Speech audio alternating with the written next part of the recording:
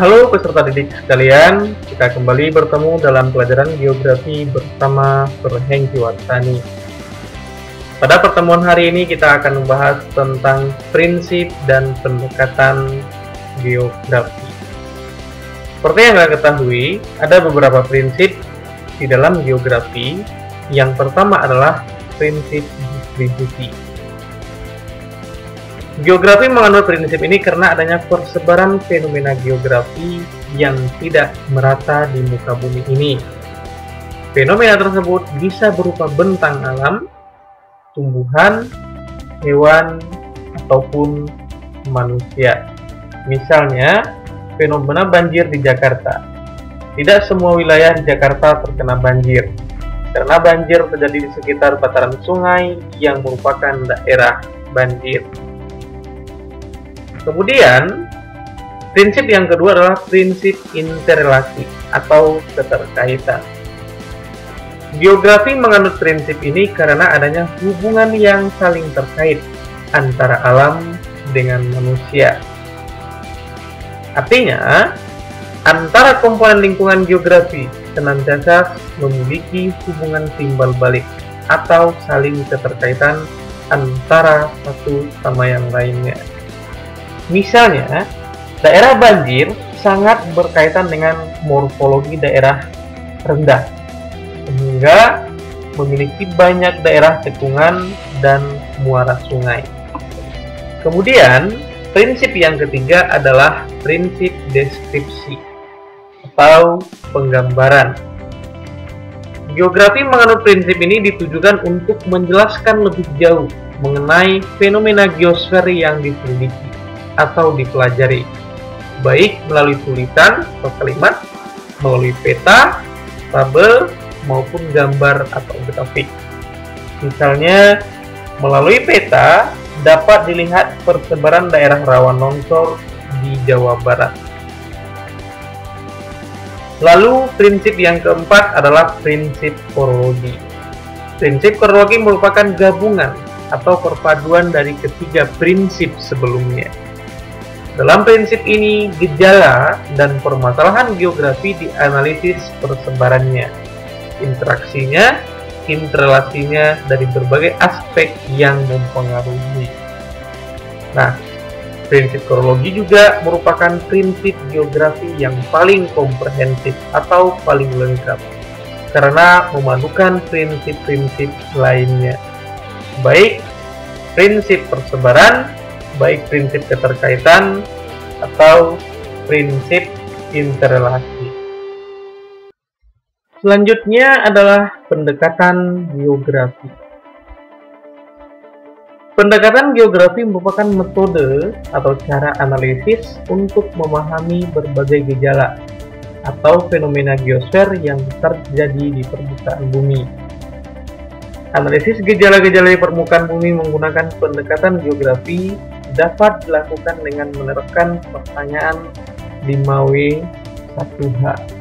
Tentu kalian sudah mengerti dengan pertanyaan 5W1H ini, karena pertanyaan yang berkaitan dengan 5W1H ini sering kali diulang-ulang di dalam pembelajaran geografi. Nah, ada beberapa pendekatan yang biasanya digunakan di dalam pendekatan geografi ini.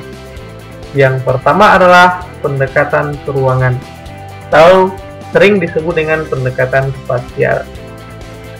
Pendekatan keruangan atau spasial menganalisis gejala-gejala atau fenomena geografis berdasarkan penyebarannya di dalam ruang atau di permukaan bumi. Contohnya adalah Riau atau Provinsi Riau merupakan salah satu provinsi di Sumatera bagian tengah. Contohnya, Provinsi Riau merupakan salah satu provinsi di Sumatera bagian tengah. Secara astronomis, Provinsi Riau berada pada lintang 2 derajat 25 menit 00 detik lintang utara sampai dengan 1 derajat 5 menit 00 lintang selatan dan 100 derajat 0 menit 0 detik hingga 105 derajat 5 menit 00 bujur timur. Nah, contoh ini adalah contoh pendekatan keruangan atau spasial. yang melihat berdasarkan sebaran atau lokasinya di permukaan bumi. Kemudian, yang kedua adalah pendekatan ekologis atau sering disebut dengan pendekatan ke lingkungan. Pendekatan ekologis adalah pendekatan yang mengkaji keterkaitan antara manusia dengan lingkungannya, baik lingkungan abiotik, biotik, maupun budaya atau kulturalnya. Dalam pendekatan ini, hubungan manusia dengan lingkungannya bersifat sebab akibat. Contohnya adalah pada musim kemarau, Provinsi Riau sering dilanda bencana kabut asap. Hal ini disebabkan oleh masyarakat ataupun perusahaan yang membuka lahan baru dengan cara dibakar. Selanjutnya, yang ketiga adalah pendekatan kompleks wilayah atau sering kita kenal dengan kewilayahan. Pendekatan kompleks wilayah adalah pendekatan regional yang merupakan integrasi atau gabungan antara pendekatan keruangan dan pendekatan ekologis atau perbandingan antara dua wilayah yang berbeda yang dikaji secara mendalam. Contoh pendekatan kewilayahan ini adalah berbagai upaya telah banyak dilakukan agar kebakaran hutan yang terjadi di beberapa wilayah di Provinsi Riau tidak terulang kembali. Pemerintah melalui pihak kepolisian telah melakukan investigasi terhadap beberapa perusahaan yang diduga membuka hutan dengan cara dibakar, hingga dibekukannya izin operasional perusahaan tersebut. Di tengah masyarakat juga dibentuk lembaga-lembaga sosial masyarakat yang melakukan edukasi kepada masyarakat untuk tidak membuka lahan dengan cara dibakar. Selain itu juga perlunya rencana tata ruang yang jelas supaya adanya arah dalam melakukan pembangunan di wilayah Riau.